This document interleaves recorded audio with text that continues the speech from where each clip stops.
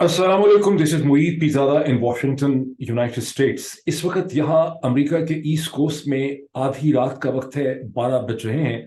पाकिस्तान में सुबह के 9 हो चुके हैं। और मशरक़ वस्ता में इसराइल और गाज़ा की जो पट्टी है, जहाँ मेन झगड़ा है, जो वॉर जोन है, वहाँ पे इस वक्त सुबह के 7 बज रहे हैं, चूंकि 2 घंटे पाकिस्तान से वक्त उनका पीछे है। जैसा कि मेरी स्टेटमेंट से आप अंदाजा लगा सकते हैं कि मेरा इस वीलॉग के अंदर फोकस वो सिचुएशन है जो इस वक्त इसराइल और पैलेस्टाइन के दरमियान और पूरे मिडिल ईस्ट, बल्कि यूं कहिए कि पूरी दुनिया के लिए ये सूरत हाल जो है डेवलप कर रही है। ये सूरत हाल बहुत गंभीर है, बहुत कॉम्प्लेक्स है, बहुत पेनफुल है, बहुत पेचीदा है। इसमें बहुत दुख है, इसमें बहुत इंसानी हकूक की वायलेशन हो रही है। ये बहुत गंभीर, बहुत मुश्किल सिचुएशन है, बड़ी संगविलाना किस्म की सिचुएशन है। अब तक आप ये कह सकते हैं कि एक मोहतात अंदाजे के मुताबिक 2000 के करीब लोग जो हैं उनकी हलाकत हो चुकी है। 900 लोग तो कहते हैं कि मिनिमम इसराइल के अंदर मारे जा चुके हैं, जिसमें 85 या 90 उनके आर्मी के ऑफिसर और जवान हैं, और बाकी जिनको वो सिविलियन कहते हैं, लेकिन हमास का ये कहना है कि बहुत ज्यादा उनमें से वो लोग वो सेटलर हैं जो आर्म्ड कॉम्बैटेंट थे। दूसरी तरफ इसराइल के ताबड़तोड़ हमले जो अब तक 600-700 एयर स्ट्राइक हो चुकी हैं, उसमें 700 के करीब तो कंफर्म डेथ्स हैं मिनिस्ट्री ऑफ हेल्थ की पैलेस्टीनियन साइड से, और हजारों की तादाद में लोग जो हैं वो जख्मी हैं, और ये डेथ टोल जो है ये बढ़ता चला जाएगा। तो आप कह सकते हैं कि इस वक्त अंदाजन 1900-2000 के करीब ऑलरेडी डेथ्स हो चुकी हैं। मेरी कोशिश ये है कि जो इंतहाई मुश्किल सवालात यहाँ पे उठ खड़े हुए हैं कि ये असल में हो क्या रहा है, कौन किसके साथ क्या कर रहा है, क्या जो कुछ हमास ने किया वो सिर्फ हमास ने किया, या इसके पीछे कोई बड़े मुहरकात हैं। ये मुश्किल सवालात मैं यहाँ पे उठाना चाहता हूँ। सब सवालात के मेरे पास जवाब नहीं है, बहुत सी चीज़ें मैं आपके साथ शेयर भी कर सकता हूँ, लेकिन there are some words of caution. मैंने देखा है कुछ लोग शायद इसको इतना सीरियसली नहीं ले रहे। बाज हमारे जो इंडियन देखने वाले हैं उन्होंने कमेंट्स किया कि ये सारे पाकिस्तानी मुसलमान जो हैं ये बड़े खुश हो रहे हैं इसराइल की सूरत हाल को देख के, और ये इसमें मज़े ले रहे हैं। मुझे बड़ा अफसोस हुआ वो कमेंट्स देख के। मैंने किसी भी स्टेज पे कोई भी कमेंट इस लबो लहजे से, इस टोन से मैंने किया ही नहीं है। मेरी पूरी कोशिश है कि इस सूरत हाल को इंतहाई प्रोफेशनली ऑब्जेक्टिव तरीके से, इंटरनेशनल रिलेशन के लेंस से देखा जाए, ताकि सुनने वाले जो हैं, मेरे जो व्यूअर्स हैं, जो मुझे फॉलो करते हैं और मुझ पर बहुत से लोग उसमें से ट्रस्ट करते हैं, वो सूरत हाल को समझ सकें। तो अगर एक तरफ से ये कमेंट है जो बड़ा अनफॉर्चुनेट है, दूसरी तरफ से मैंने एक और भी कमेंट देखा, उस पर भी मुझे बड़ी हैरानगी हुई। किसी ने कमेंट किया हुआ था कि डॉक्टर साहब, ये जो लोग आप इनको हलाक कह रहे हैं, लेकिन मुसलमान जब इस तरह से मारे जाते हैं तो वो शहीद होते हैं। बिल्कुल ऐसा कि जैसे मुझे पता नहीं है, ज़ाहिर है स्कूल कॉलेज मैंने सब पाकिस्तान में ही किया, उसी माशरे में मैंने आंख खोली है। मुझे अच्छी तरह से पता है कि जो लोग इस सिचुएशन में मारे जाते हैं उन्हें शहीद कहा जाता है। मैं क्यों नहीं शहीद कह रहा। दूसरी तरफ फिर जो इसराइली हैं वो भी अब्राहमिक फेथ के हैं। मुझे फिर ये कहना पड़ेगा कि इतने इसराइली शहीद हो गए, इतने इसमें फ़लस्तीनी शहीद हो गए, तो मैं फिर इंटरनेशनल रिलेशन के लेंस से सूरत हाल को डिस्क्राइब नहीं कर रहा हूँ, बल्कि मैं एक अजीबोगरीब किस्म की सूरत हाल पैदा कर दूंगा सुनने वाले के लिए। मैं थोड़ा सा आपको वर्ड ऑफ कॉशन के देना चाहता हूँ कि इंटरनेशनल रिलेशंस में जब आप चीज़ों को प्रोफेशनली डिस्कस करते हैं और प्रोफेशनली उसको एक्सप्लेन करते हैं, तो आप उसमें एडजेक्टिव्स का इस्तेमाल नहीं करते। ये गुड, बैड, अगली, बहुत सी और चीज़ें जो हैं ये एडजेक्टिव्स हैं। तो आप कोशिश करते हैं कि एडजेक्टिव से हट के आप सूरत हाल को परख सकें, और यहाँ बड़े मुश्किल किस्म के सवालात जो हैं वो उठ खड़े हुए हैं। मैंने एहतियातन इसीलिए बहुत से पॉइंट्स आपके सामने लिख के रखे हैं ताकि मैं एक एक करके इन पॉइंट्स की तरफ मैं चलूं। सबसे पहली जो चीज़ समझने वाली है कि हम 21वीं सदी के शुरू में, in the first quarter of 21st century, एक बहुत ही इंटरडिपेंडेंट दुनिया के अंदर रहते हैं, जहां अब आप ये नहीं कह सकते कि मैं पाकिस्तान में रहता हूं, मैं अफ्रीका में रहता हूं, मैं हिंदुस्तान में रहता हूं, कोई कहे मैं अमेरिका में रहता हूं, कोई कहे मैं कनाडा में रहता हूं, तो मेरा क्या ताल्लुक लिबिया में के अंदर क्या हो रहा है या मशरक़ वस्ता में क्या हो रहा है। जो कुछ इस वक्त इसराइल और पैलेस्टाइन के साथ हो रहा है, वो पूरी जो ये ग्लोबली इंटरडिपेंडेंट वायर्ड वर्ल्ड है वो उससे इफेक्ट हो रही है, और इसके नतीजे में ग्लोबल ऑर्डर या डिसऑर्डर में बहुत फर्क पड़ जाएगा। एक बड़े नए ट्रेंड्स यहाँ से जन्म लेंगे, और जो पूरे अब तक जिस तरह दुनिया खड़ी थी अब से 2 दिन पहले, उसमें आप समझें कि बहुत बड़ी तब्दीली ने रूनुमा होना है। एक तो ये माइंड में इस चीज़ को रखिए कि हम इंटरडिपेंडेंट वर्ल्ड में रहते हैं, और कैस्केड ऑफ इवेंट्स हैं, सब एक दूसरे से जुड़े हैं। जैसे आप एक बिलियर्ड बोर्ड की गेम होती है जिसको स्नूकर भी लोग कहते हैं, टेबल के ऊपर कि एक बॉल दूसरे बॉल को हिट करता है, दूसरा बॉल तीसरे को हिट करता है, तीसरा चौथे को हिट करता है, और एक कैस्केड है बॉल की मूवमेंट होती है, इसी तरह ये कैस्केड ऑफ इवेंट्स हैं जो जुड़े हुए हैं। अब जरा गौर कीजिए हम इसमें कहाँ फिट होते हैं।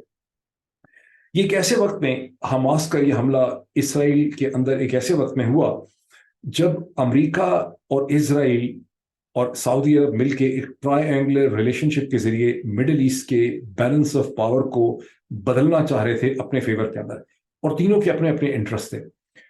अमेरिका का प्रिंसिपल इंटरेस्ट ये था कि चीन का मशरक़ वस्ता में जो बढ़ता हुआ असर रसूख है, और चीन जो अरब इसराइल कॉन्फ्लिक्ट के दरमियान जो इनसिक्योरिटी है अरब कंट्रीज की, और जो सऊदी अरब और ईरान के दरमियान इनसिक्योरिटी है, उसको चाइनीज कैश कर रहे हैं, और उसकी वजह से चीन का असर रसूख और इन्फ्लुएंस जो है वो बढ़ रहा है, जिसको गुज़िश्ता 1-2 बरस में आपने देखा कि किस तरह से मुख्तलिफ trade commitments, relationship, belt and road initiative के हवाले से, कुछ और इसी हवाले से इनिशिएटिव, और फिर गुज़िश्ता चंद महीनों में किस तरह से चाइनीज डिप्लोमेसी ने लीड किया in a better relationship, in a thaw, diplomatic thaw हुआ, सफारती ताल्लुकात एस्टेब्लिश हुए ईरान और सऊदी अरब के दरमियान में।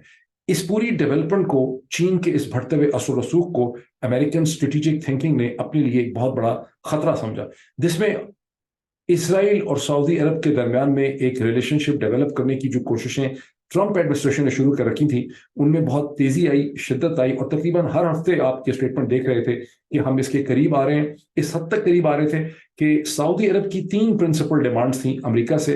एक ये कि हमें एक सिविलियन न्यूक्लियर प्रोग्राम दिया जाए, दूसरा ये कि हमें नेटो के आर्टिकल 5 या की तरस के ऊपर, जिस तरह से साउथ कोरिया या जापान को एक म्यूचुअल डिफेंस पैक्ट उनको मिला है, हमें उस तरह का एक म्यूचुअल डिफेंस पैक्ट चाहिए। और अमेरिका का जो इंतहाई एडवांस मिसाइल डिफेंस सिस्टम है और एडवांस जो एयरक्राफ्ट हैं, हमें उन तक एक्सेस चाहिए। और तकरीबन बावजूद इसके कि इसमें कांग्रेस की मंजूरी चाहिए, लेकिन लग ये रहा था, अगर आप स्टेटमेंट्स देखें, कि अमेरिका और सऊदी अरब के दरमियान इन मामलात में बहुत ज़्यादा पेशरफ्त हो रही थी। और पेशरफ्त की बुनियादी वजह ये थी कि इसराइली लॉबी, जिसका अमेरिका में बहुत ज़्यादा असर रसूख है, उसने अपना पूरा वजन अमेरिका के अंदर सऊदी अरब के फेवर में फेंका हुआ था। क्योंकि आपने देखा कि जब अब से बहुत हफ्ते पहले जब बेनियामिन नेतन्याहू प्राइम मिनिस्टर के नेशनल सिक्योरिटी एडवाइजर अमेरिका में आए, उन्होंने थिंक टैंक्स पे बात की, तो उन्होंने बरमला ये कहा कि अगर अमेरिका जो है न्यूक्लियर प्रोग्राम जो है नहीं देगा, civil nuclear programme, nuclear reactor या प्रोग्राम कॉर्पोरेशन प्रोवाइड नहीं करेगा सऊदी अरब को, तो सऊदी अरब ईरान से ले लेगा। इसलिए अब इसराइल की पोजीशन जो है वो ये नहीं है कि सऊदी अरब को प्रोग्राम नहीं मिलना चाहिए, हम इसकी मुखालफत नहीं करेंगे। बिल्कुल सीजमिक चेंज है, ये अर्थ शेकिंग चेंज थी। इसराइल का यह कहना है कि सऊदी अरब को न्यूक्लियर प्रोग्राम मिल सकता है, या म्यूचुअल डिफेंस पैक्ट जो है उसको मिल जाना चाहिए। दूसरी तरफ अमेरिका का मैंने इंटरेस्ट आपको डिफाइन कर दिया। सऊदी अरब का एक बहुत बड़ा इंटरेस्ट ये था कि जो म्यूचुअल उसको डिफेंस पैक्ट मिले, उसको डिफेंस एश्योरेंसेस मिले नेटो के स्टाइल में, वो बुनियादी तौर पे ईरान स्पेसिफिक हों, क्योंकि सऊदी अरब को ये बहुत खतरा है कि ईरान की जो ताकत है मिलिटरीली तौर पे वो सऊदी अरब से बहुत ज़्यादा है, और सऊदी अरब के अंदर एक पीरियनियल परसिस्टेंट खौफ और फियर है ईरान का, एक ये एलिमेंट था। अब इसराइल को क्या चाहिए? इसराइल को का क्लियर ऑब्जेक्टिव ये था कि अगर सऊदी अरब इसराइल को रिकग्नाइज करता है, तो फिर उसके पीछे पीछे एक कैस्केड ऑफ इवेंट्स होगा, जिसमें और बहुत से मुस्लिम ममालिक जो हैं वो परसुएड किए जाएंगे, कंपेल हो जाएंगे, क्योंकि सऊदी अरब की एक ऐसी लीडरशिप है मुस्लिम दुनिया के अंदर, जिसमें पाकिस्तान, मलेशिया, इंडोनेशिया और बहुत से ममालिक जो एज पे बैठे हैं, जिनके साथ हो सकता है बिहाइंड द सीन्स इसराइल की कुछ ना कुछ डिप्लोमेसी चल रही है, वो इसराइल को रिकग्नाइज कर लेंगे। कुछ ममालिक ऑलरेडी जो है वो अगर फॉर्मल डिप्लोमेटिकली उन्होंने रिकग्निशन नहीं की एम्बेसडोरियल लेवल पे, तो फॉर ऑल प्रैक्टिकल पर्पसेस उनके रिलेशनशिप एस्टैब्लिश हो चुके हैं। फॉर्मल रिकग्निशन तो टर्की की पुरानी है, जॉर्डन की 1994 की है, इजिप्ट की 1978-79 की है, लेकिन जब आप देखें मुत्तहिदा अरब इमारात को, कतर को, कतर को देखते हैं, ओमान को देखते हैं, तो आपको लगता है कि खासे ममालिक के अच्छे रवाबित एस्टैब्लिश हो चुके हुए। ये तो हो गया एक सारा सिनारियो। अब इसमें पाकिस्तान कहाँ फिट होता है? पाकिस्तान भी इसमें फिट होता है। बज़ाहिर on the face of it तो पाकिस्तान का कोई ताल्लुक ही नहीं, लेकिन पाकिस्तान भी इसमें फिट होता है। जब आप देखते हैं कि पाकिस्तान की जो सिस्टम है और जो एस्टैब्लिशमेंट है वो कैश स्ट्रैप्ड है, इकोनॉमिकली बहुत ट्रबल्ड है, और उसको सऊदी अरब और मुत्तहिदा अरब अमारात के ऑफर करते हैं कि हम आपको, जो कि पाकिस्तान के आर्मी चीफ ने बिजनेसमैन से मुलाकात की लाहौर और कराची में, कहा कि हमें $25 बिलियन सऊदी अरब से मिल सकते हैं, हमें $25 बिलियन मुत्तहिदा अरब अमारात से मिल सकते हैं। उन्होंने तो ऐसे कहा जैसे इमदाद के तौर पे फौरी तौर पे मिल सकते हैं दिसंबर में, लेकिन उसकी एक्सप्लेनेशन अगले दिन पाकिस्तान के केयरटेकर प्राइम मिनिस्टर जनाब अनवर उल हक काकड़ साहब ने दी, जब उन्होंने मीडिया के साथ मुलाकात की। प्राइम मिनिस्टर के रेजिडेंस के अंदर उन्होंने कहा कि सऊदी अरब और यूएई जो है, सऊदी अरब का उन्होंने स्पेसिफिकली जिक्र किया कि अगले 5 साल में पाकिस्तान में $25 बिलियन की सऊदी अरब जो है वो इन्वेस्टमेंट कर सकता है। अब हम देख सकते हैं, डॉट कनेक्टिंग करते हैं कि दोनों ममालिक जो हैं पाकिस्तान से कहीं ज्यादा इंटरेस्टेड हैं हिंदुस्तान के अंदर इन्वेस्टमेंट करने के लिए। सऊदी अरब भी, यूएई, वो हिंदुस्तान को अपने लिए एक बहुत प्रॉफिटेबल फर्टाइल मार्केट समझते हैं।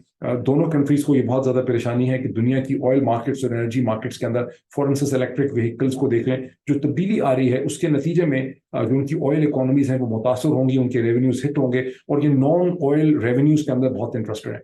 दोनों ये चाहते हैं कि पाकिस्तान हिंदुस्तान के साथ बेहतर रवाबित इस्टेब्लिश करे, और पाकिस्तान की इस्टेब्लिशमेंट भी, जनरल बाजवा के बाद जो इस्टेब्लिशमेंट है उस नतीजे में पहुंची है कि हिंदुस्तान के साथ कॉन्फ्रंटेशन उनके फेवर में नहीं है। वो चाहते हैं कि उन्हें हिंदुस्तान के साथ एक बेहतर रवाबित जो है वो मिल सके। सो एक तरफ सऊदी अरब को उन्होंने एंगेज करना है, मुत्तहिदा अरब इमारात को एंगेज करना है, दूसरी तरफ उनको इंडिया को एंगेज करना है और वेस्ट से भी बेहतर ताल्लुकात रखने। सऊदी अरब और मुत्तहिदा अरब इमारात ये चाहते हैं कि हिंदुस्तान से भी पाकिस्तान अपनी हॉस्टिलिटीज और टेंशन को कम करे, लेकिन वो ये भी चाहेंगे कि जब वो रिकग्नाइज कर ले सऊदी अरब इसराइल को, तो पाकिस्तान भी फिर इसराइल के को रिकग्नाइज करने के प्रोसेस जो है वो शुरू करे। तो आप देख रहे हैं कि पूरी एक इंटरडिपेंडेंस है। इस डिपेंडेंस के अंदर, इस इंटरडिपेंडेंस के प्रोसेस के अंदर आप देखते हैं कि thrice before prime minister of Pakistan जनाब नवाज शरीफ साहब इसमें फिट होते हैं, बिकॉज नवाज शरीफ साहब को एक तरफ समझा जाता है कि सऊदी अरब मुत्तहिदा अरब इमारात के साथ उनके हमेशा तारीखी तौर पे अच्छे रवाबित रहे हैं, उन्होंने हमेशा उन रवाबत को इन्वेस्ट किया है। जब वो पूरे महीने के लिए जाके उम्रे के लिए सऊदी अरब बैठ जाते हैं तो वो सिर्फ इबादत ही नहीं कर रहे होते, बल्कि वो अपनी एक पर्सनल रिलेशनशिप को भी हर बरस रिन्यू करते चले आए हैं, और आप इस इन फैक्ट से वाकिफ है।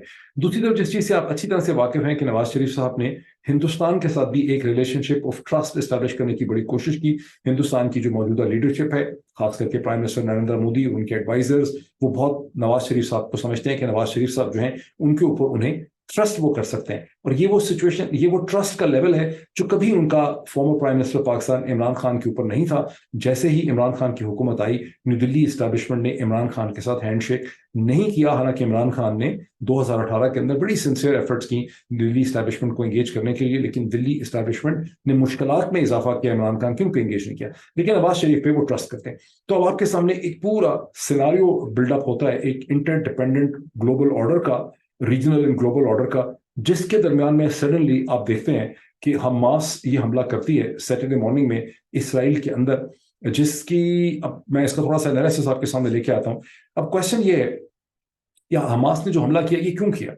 क्या हमास ने हमला सिर्फ इसलिए किया, जैसा कि हमास ने इस हमले का नाम रखा अल अक्सा फ्लड के, और ये जो उनके अल कासिम ब्रिगेड ने हमला किया, उसकी जो बज़ाहिर वजह उन्होंने बताई कि जो मुसलसल फ़लस्तीनियों के साथ ज़्यादतियाँ हो रही थी वेस्ट बैंक में, गाज़ा के अंदर जो ब्लॉकेड था, और जिस तरह से अल अक्सा की मस्जिद में गुज़श्ता चंद हफ्तों के अंदर या चंद दिनों के अंदर जो वाक़यात हुए, उनका बदला लेने के लिए और अपने कैदियों को, जो 5200 फ़लस्तीनी इसराइल के जेलों में हैं, उनको छुड़ाने के लिए कासिम ब्रिगेड ने और हमास ने ये हमला किया।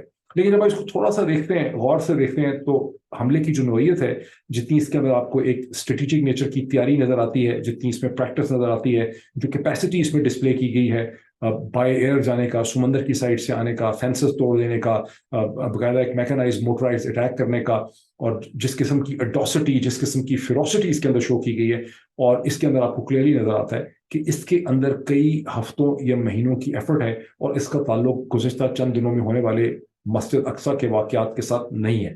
और इसमें कोई शक नहीं है कि फ़लस्तीनियों के ऊपर जो जुल्म इसराइल मसलसल करता चला आया है, वो एक बैकग्राउंड प्रोवाइड करता है हमास के हमलों को, बट इसमें फिर कुछ और भी तो कॉन्सिक्वेंसेस हैं। जहां हमास ने इतनी प्रिपरेशन की, इतनी कैपेसिटी शो की है, उसमें बहुत ज़्यादा उन्होंने ह्यूमन इंटेलिजेंस डिस्प्ले की है इस पूरे हमले के अंदर, वहाँ जाहिर है कि हमास की लीडरशिप और हमास की सारी लीडरशिप इसमें ऑन बोर्ड भी नज़र आ रही है। सो ये कहना कि हमास की किसी एक फैक्शन ने ये कर दिया है, हमास ने किसी के हाथ में, यानी हमास के किसी एक एंटिटी या फैक्शन को बेवकूफ़ बनाया गया है, वो बात भी थोड़ी सी अजीब इसलिए हो जाती है कि हमास की सारी लीडरशिप जो है इसको ऑन कर रही है। इसके बहुत से कंपैरिजंस लोगों ने पाकिस्तान में 9th के साथ करने की कोशिश की है, ये बिल्कुल उस पैटर्न के अंदर फिट करता हुआ इतनी आसानी से नजर इसलिए नहीं आता कि यहाँ इसराइल ने फौरी तौर पर कोई ट्रिगर पॉइंट प्रोवाइड नहीं किया, और यहाँ एक पूरी प्लानिंग है जो कई हफ्तों या महीनों की प्लानिंग है, एक मिलिट्री एंटिटी है जिसने ये किया है, और वो मिलिट्री एंटिटी इसकी पूरी तरह से اس کی ذمہ داری بھی لے رہی ہے اور اس کے آگے کی بھی انہوں نے ایک پوری پلاننگ کی ہوئی ہے. جو وہ 150 کے قریب 150 ہاسٹیجز لے آئے ہیں, ان کو ڈفرنٹ جگہوں پہ انہوں نے رکھا ہے, تو کچھ نہ کچھ ان کے ذہن میں پلاننگ ہے. وہ پلاننگ ان کے ذہن میں کیا ہے, that is where the real substance lies, جو بہت مشکل سوالات یہاں پہ ہمارے سامنے اٹھ کھڑے ہوتے ہیں کہ آخر یہ سب کچھ کیا کرنے کی کوشش کی گئی ہے. کیونکہ کیا یہ محض ایک ڈیسپریٹ ایکٹ ہے, دنیا کی توجہ فلسطینی پلائٹ کی طرف, یعنی فلسطینیوں کو درمیان میں چھوڑ کے اسرائیل اور سعودی عرب اور امریکہ آپس میں ایک ایگریمنٹ کرنے چلے ہیں اور اس میں فلسطینیوں کو اگنور کر دیا ہے, تو کیا فلسطینی کاز کو اٹھانے کے لیے, اجاگر کرنے کے لیے, دنیا کے سامنے ٹیبل پہ رکھنے کے لیے کہ بھئی ہم بھی ہیں, ہمیں اگنور کیا گیا ہے, کہ اس کے لیے ایک ڈیسپریٹ قسم کی سیوسائڈل ایفرٹ ہے جس میں حماس اپنی قربانی دینے کے لیے تیار ہے.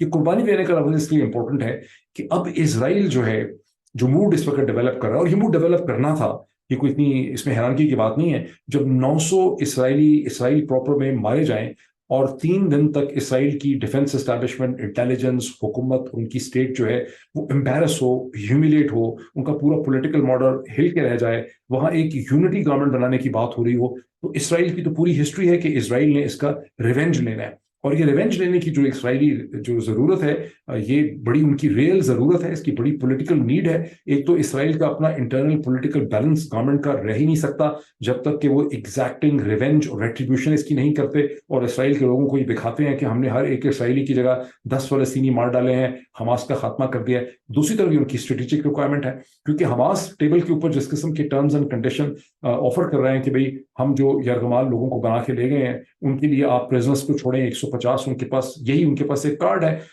تو اگر ان ٹرمز اینڈ کنڈیشن پہ اسرائیل ان کے ساتھ صلح کر لیتا ہے, even on the intervention of the Arab countries, تو یہ تو پھر اسرائیل کی طرف سے ایک ٹوٹل سرنڈر ہو جائے گا. تو حماس نے سوچا ہوا کیا ہے کہ جو سچویشن انہوں نے پیدا کی ہے, اس سچویشن سے حماس نے نکلنا کیسے. کچھ سنتے رہیں اور اس میں بڑے انٹرسٹنگ پوائنٹس.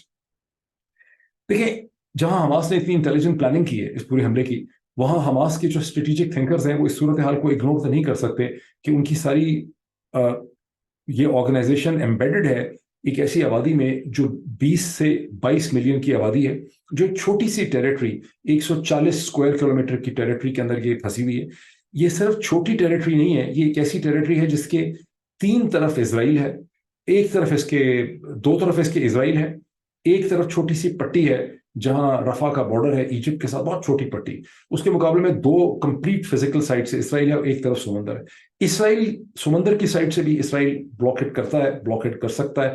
رفح کی پٹی ہی ایجپٹ کے ساتھ کھلی ہے, وہاں ایجپشنز بلاکیٹ کرتے ہیں. ایک تو یہ ایلیمنٹ مائنڈ میں رکھیے. پھر یہ دیکھیں کہ اس پٹی کی, یہ جو غازہ کی پٹی ہے, اس کی dependence in terms of water, پانی اسرائیل سے آتا ہے, الیکٹریسٹی اسرائیل سے آتی ہے, فوڈ سپلائی اسرائیل سے آتی ہے, میڈیسن جو ہے وہ اسرائیل سے آتی ہے, فیول جو ہے انرجی کے لیے وہ بھی اسرائیل سے آتا ہے. یہ بجلی بھی اسرائیل سے لیتے ہیں اور جو خود بجلی بناتے ہیں اس کا فیول بھی اسرائیل سے لیتے ہیں.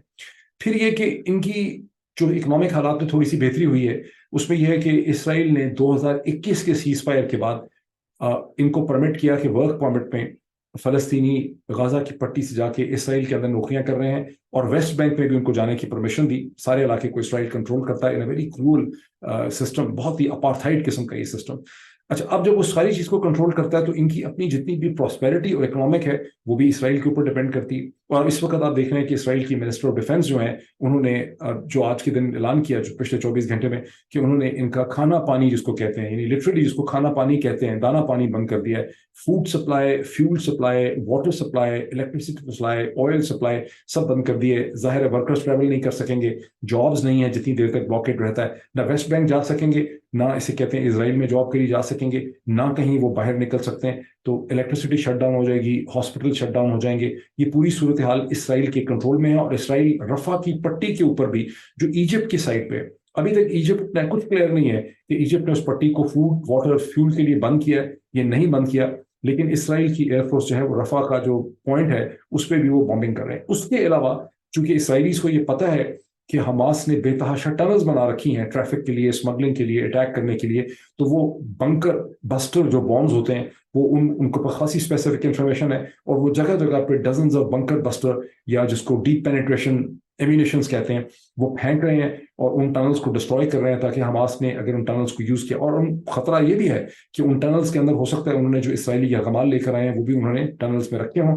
हमास ने ये भी ऐलान किया है गुज़िश्ता 24 घंटे में कि एक इसराइली एयर रेड के नतीजे में 4 इसराइली हॉस्टेजेस जो एक बिल्डिंग में थे along with the Hamas militants, वो भी मारे गए हैं, उन्होंने ये ऐलान किया। सो ये इस तरह की एक सिचुएशन जो है वो डेवलप कर रही है।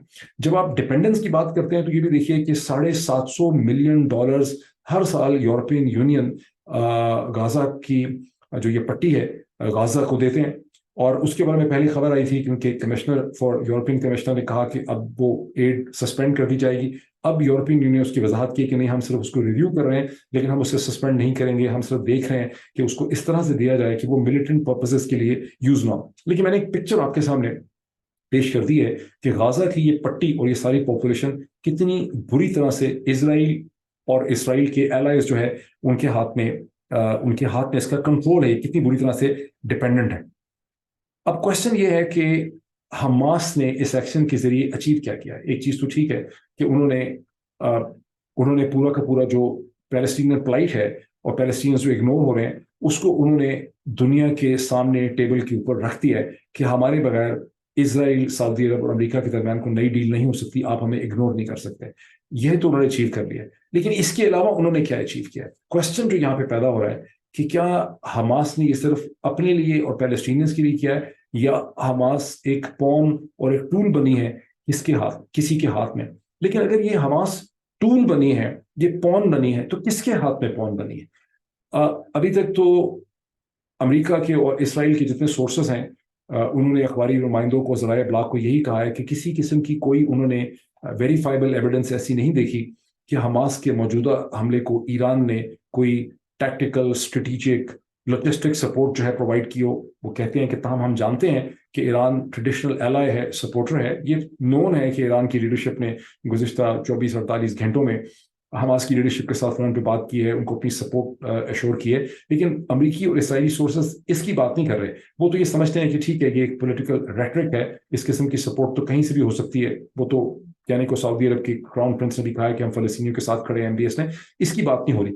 लेकिन मिलिट्री लेवल पे, फाइनेंशियल लेवल पे, लॉजिस्टिक लेवल पे अभी तक अमेरिकन और इसराइली इंटेलिजेंस या मिलिट्री सोर्सेस का कहना है कि ईरान की कोई विजिबल हेल्प हमारे सामने नहीं आई, और ईरान की हुकूमत ने भी कहा है कि हमने इसको कोई सपोर्ट नहीं दी। तो फिर पीछे कौन खड़ा है हमास के? क्या हमास ने ये पूरा का पूरा एक्ट, जिसके बाद ये बात तकरीबन यकीनी है कि हमास का एग्जिस्टेंस ही अब खतरे में पड़ जाएगा अनलेस कि कोई हमास को बेल आउट करे।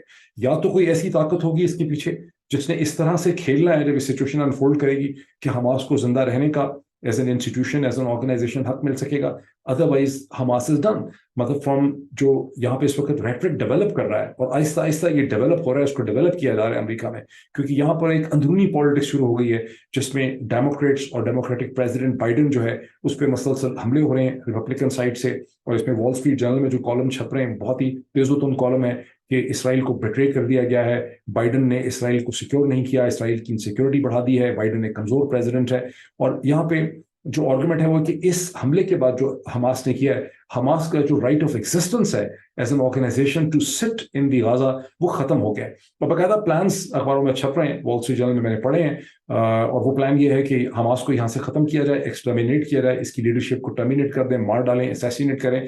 और ये जो पट्टी है गाजा की, जो 2006 और 7 से जहां पे हमास हुकूमत कर रही थी, उसको कंट्रोल कर रही थी, इससे हमास से पाक करके, फारिग करके इस पट्टी को जोड़ें और इसको PLO और फतह, जो महमूद अब्बास की जो गवर्नमेंट है, पैलेस्टीनियन अथॉरिटी की, जो वेस्ट बैंक की गवर्नमेंट है, जो इसराइल के ताबे और इसराइल को कोऑपरेट करती है, इसराइल की एग्जिस्टेंस को मानती है। हमास ने कभी इसराइल की एग्जिस्टेंस को तस्लीम नहीं किया, क्योंकि हमास भी 1967 के पैलेस्टीनियन बॉर्डर्स को उसने भी एग्री किया। सो पैलेस्टीनियन बॉर्डर्स ऑफ 1967 को एग्री करने का मतलब यह है कि एक तरह से टैसिटली, इनडायरेक्टली, बिलवास्ता तौर पर हमास भी इसराइल की स्टेट के बॉर्डर्स को तस्लीम करती है, क्योंकि इसराइल को उन्होंने फॉर्मली एग्री नहीं किया। तो अब एक इसमें यह कि प्लान पूरा टेबल पे आ रहा है और ये शेप हो रहा है, अगले आप देखेंगे चंद दिनों में बिल्कुल शेप हो जाएगा कि हमास का खात्मा करना है, हमास से सरजमीन को पाक करना है। So then what has Hamas really achieved out of this thing, unless कि कोई ऐसी सिचुएशन अगले चंद दिनों में अनफोल्ड होती है जो अभी हमें ठीक तरह से नहीं पता। جیسی چیز چلتی ہے تو ہمیں پھر اس میں اور پلیئرز جو ہیں وہ نظر آئیں گے. اس میں بہت انپورٹنٹ چیزیں ہمیں اس کے سائن سمٹم ملنے لگ جائیں گے. جیسے ایک ہے کہ جب اقوام متحدہ کی سیکیورٹی کونسل نے سنڈے کے دن اس میں میٹنگ کی 90 منٹ کی, تو وہاں امریکہ اور اسرائیل کو توقع تھی کہ انہیں ایک اسٹرانگ اسٹیٹمنٹ یا ریزولوشن ملے گا کنڈیم کرنے کے لیے کہ جو کچھ اسرائیل کے ساتھ ہوا یہ باربیرک ہے, یہ انسانی حقوق کی خلاف ورزی ہے, یہ ایکٹ آف وار تھا, بلا بلا بلا. لیکن ایسا کچھ مل نہیں سکا. جوائنٹ ریزولوشن تو دور کی بات ہے, کوئی جوائنٹ اسٹیٹمنٹ پہ کنسنسس نہیں ہو سکا, اس لیے کہ چین اور روس دونوں نے کہا کہ ہمیں سیز فائر اور وائلنس کو روکنے کی کوشش کرنی چاہیے, اور وہ کسی ایسی اسٹیٹمنٹ میں جس میں کہ صرف پیلسٹینینز کو یونیلیٹرلی کنڈیم کیا جائے اس کے لیے وہ تیار نہیں تھے, بیکاز وہ کہہ رہے تھے کہ آپ کو ایک براڈر پکچر دیکھنے کی ضرورت ہے. اور لیفٹ آف دا سینٹر جتنی پالیٹکس ہے یورپ میں, امریکہ میں, اس میں یہ فیلنگ اور کامنٹ آپ ٹویٹر پہ دیکھ سکتے ہیں, آپ میں سے جو لوگ ٹویٹر کو ایکٹیولی فالو کر رہے ہیں, کہ یہ کوشچن کہ آپ اس کو محض ایک حماس کے ون سائیڈڈ طریقے سے لینس سے نہیں دیکھ سکتے, آپ کو دیکھنا پڑے گا کہ اس سے پہلے گزشتہ چند برسوں میں کیا ہو رہا تھا. اور خود اسرائیل کے paper, heads of two papers like Haaretz, جس میں لکھا ہے کہ prime minister Netanyahu totally wholly and solely responsible ہے اس سچویشن کے لیے. ان کی جو آکوپیشن پالیسی تھی, جس طرح سے انہوں نے جوش سیٹلمنٹس کو انکریج کیا, اس کے نتیجے میں یہ ہمارے ساتھ ہونا ہی تھا. اور اسی قسم کی بات جو ہے وہ اکانومسٹ نے بھی اپنے ایک ایڈیٹوریل کے اندر لکھی ہے. تو ایک کانٹریری پوائنٹ آف ویو جو ہے وہ بھی اس وقت جو ہے ایگزسٹ کرتا ہے. تو یہ سچویشن میں اب ایک بہت امپورٹنٹ ہوگا کہ مختلف عرب ممالک جو ہیں وہ کس طرح سے ریئیکٹ کرتے ہیں, کس طرح سے وہ سامنے آتے ہیں. فار انسٹنس ایجپٹ کیا کرے گا؟ ایجپٹ ابھی تک مسلسل کہہ رہا ہے کہ صلح ہونی چاہیے, میڈیشن کرنے کو تیار ہیں, وائلنس کو روکنے کی ضرورت ہے. اپیرنٹلی ابھی تک ایجپٹ نے جو رفح کا بارڈر کی پٹی ہے چھوٹی سی, اس میں سے جو اسینشیل سپلائز ہیں وہ نہیں روکی. اسرائیلی چاہیں گے کہ وہ روکیں, انہوں نے ابھی تک نہیں روکی. وہ کیا کریں گے؟ ایک اسٹیٹمنٹ ان کی طرف سے ضرور سامنے آئی ہے جو میں نے ایک جگہ پہ دیکھی ہے کہ انہوں نے کہا ہے کہ ہمارا اس کانفلکٹ سے تعلق نہیں ہے, یہ ہمارا کانفلکٹ نہیں ہے. اب ایجپٹ کیا کرے گا؟ اور ایجپٹ جو کچھ کرے گا, اب ایجپٹ میں بھی دسمبر کے اندر الیکشن ہونے ہیں, اور ایجپٹ کے جو صدر ہیں جنرل سیسی جو ہیں وہ تیسری دفعہ الیکشن وہاں پہ لڑنا چاہ رہے ہیں. اس کے الیکشن کا پہلا راؤنڈ ہے, پھر ایک سیکنڈ راؤنڈ ہے جہاں رنر اپ راؤنڈ ہوتا ہے. تو دسمبر میں الیکشن ہے, اس کا رنر اپ راؤنڈ جنوری میں ہے. اس کا مطلب ہے کہ ایجپٹ کے پریزیڈنٹ جو ہیں وہ جیسے کیسے بھی الیکشن کراتے ہیں, اس سٹیج کے اوپر ان کو ایجپشن کی جو اسٹریٹ فیلنگ ہے, جو پبلک فیلنگ ہے, وہ ان کے لیے امپورٹنٹ ہے. اور پبلک فیلنگ نیچرلی طور پہ حکومت کچھ بھی کرے, public feeling is sympathetic toward the Palestinian cause. تو ایجپٹ کو وہ بھی دیکھنا ہے. اور ایجپٹ کے جہاں امریکہ کے ساتھ اور اسرائیل کے ساتھ تعلق ہیں, ایجپٹ کے چین کے ساتھ اور روس کے ساتھ بھی بڑے اچھے تعلقات ہیں. تو یہاں پر بھی ایک بیلنسنگ فیکٹر جو ہے وہ آپ کو دیکھنا ہے.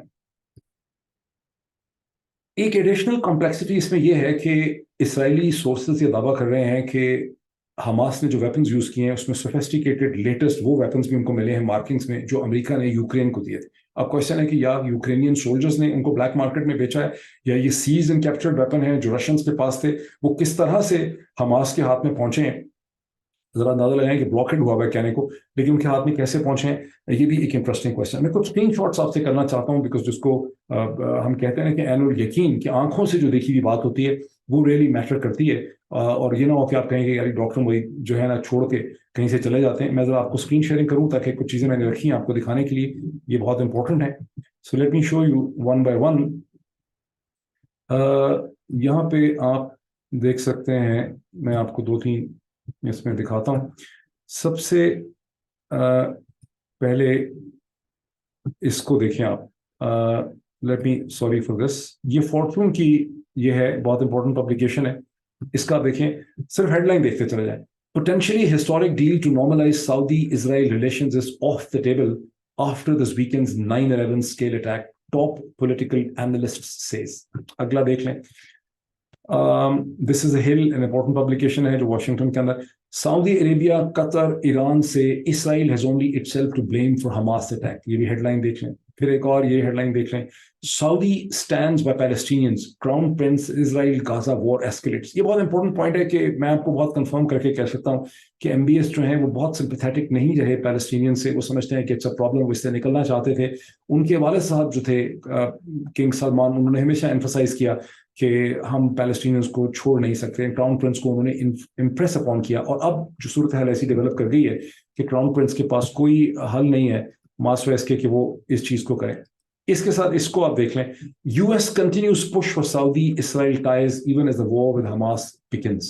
یہاں میں اس کی اسٹاپ شیئرنگ کرتا ہوں اور میں واپس آ جاتا ہوں. میرا مقصد آپ کو ہیڈ لائن دکھانے کا یہ تھا کہ جس بیک گراؤنڈ کو میں نے شروع میں اورلی اینڈ وربلی ڈسکرائب کیا ہے وہ میں ہوا سے باتیں نہیں کر رہا کھینچ کھینچ کے کہیں سے لا کے. یہ وہ گراؤنڈ ریالٹیز ہیں جو اس وقت شیپ ہو رہی ہیں.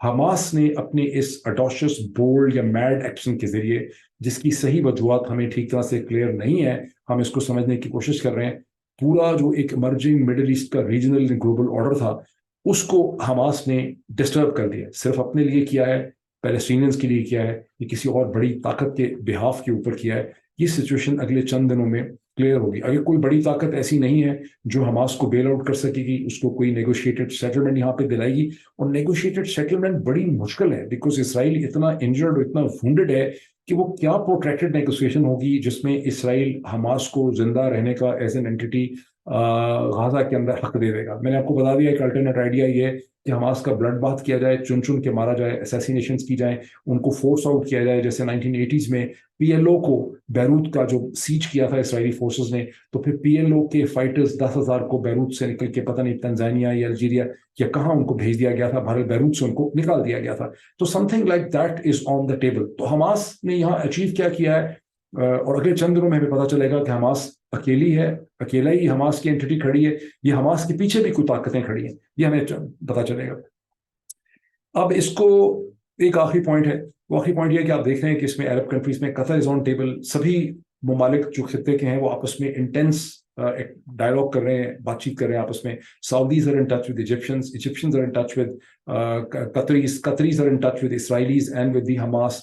ٹرکس بھی اس میں رول پلے کر رہے ہیں, جورڈینینز بھی اس میں اپنا رول پلے کر رہے ہیں. اگر پاکستان کا کوئی لیوریج پوائنٹ ہوتا اسرائیل کے ساتھ جو ہسٹوریکلی ڈیولپ ہی نہیں کیا, تو پاکستان اس سٹیج پہ ایک کنسٹرکٹیو رول پلے کر سکتا تھا. مجھے ظاہر پورا شک ہے کہ پاکستان کے پاس اس سٹیج کے اوپر ایسی سچویشن نہیں ہے, کیپیسٹی نہیں ہے, ریلیشن شپ نہیں ہے. لیکن اگر پاکستان کے پاس کوئی فارن پالیسی بریلینس ہو تو اس سٹیج پہ پھر بھی پاکستان جو ہے اس صورتحال کو اپنے فیور میں یوز کر سکتا ہے. اگر پاکستان کو ڈاؤن دا لائن, جو کہ مانتے نہیں ہیں, ڈاؤن دا لائن اسرائیل کی ریکگنیشن کرنی پڑتی ہے بیکاز آف سعودی جو کیسکیڈ آف ایونٹس ہے, یعنی سعودی اماراتی, تو پاکستان اس سٹیج کے اوپر نمودار ہو کے اسرائیل کو انڈیپینڈنٹلی بھی انگیج کر سکتا ہے کہ ہم بھی پیس کروائیں گے, اور in term of course Pakistan کے پاس وہی چیزیں دینے والی جو اسرائیل کو چاہیے اور سب جانتے ہیں. تو پاکستان اس میں رول پلے کر سکتا ہے, کر نہیں سکے گا کیونکہ اتنی کنسٹرکٹیو اور اتنی روبسٹ قسم کی ڈپلومیسی جو ہے وہ پاکستانی کیپیسٹی میں نہیں ہے, ان کے بس میں نہیں ہے. لیکن اپرچونٹیز اسی طرح سے پیدا ہوتی ہیں. اگر لیوریج ہوتا تو آج پاکستان انڈیپینڈنٹلی اس کانفلکٹ کی ریزولوشن میں مدد کر سکتا. بینگ اے لارج کنٹری, بہت امپورٹنٹ بات ہے, 250 million, large army, large foreign service, nuclear power, یہ بڑے امپورٹنٹ لیوریج پوائنٹس ہیں. بہرحال ابھی اتنا ہی, پھر میں آؤں گا اگلے ویلاگ میں پاکستان کی ڈیولپمنٹس کو دیکھنے کے لیے. Thank you.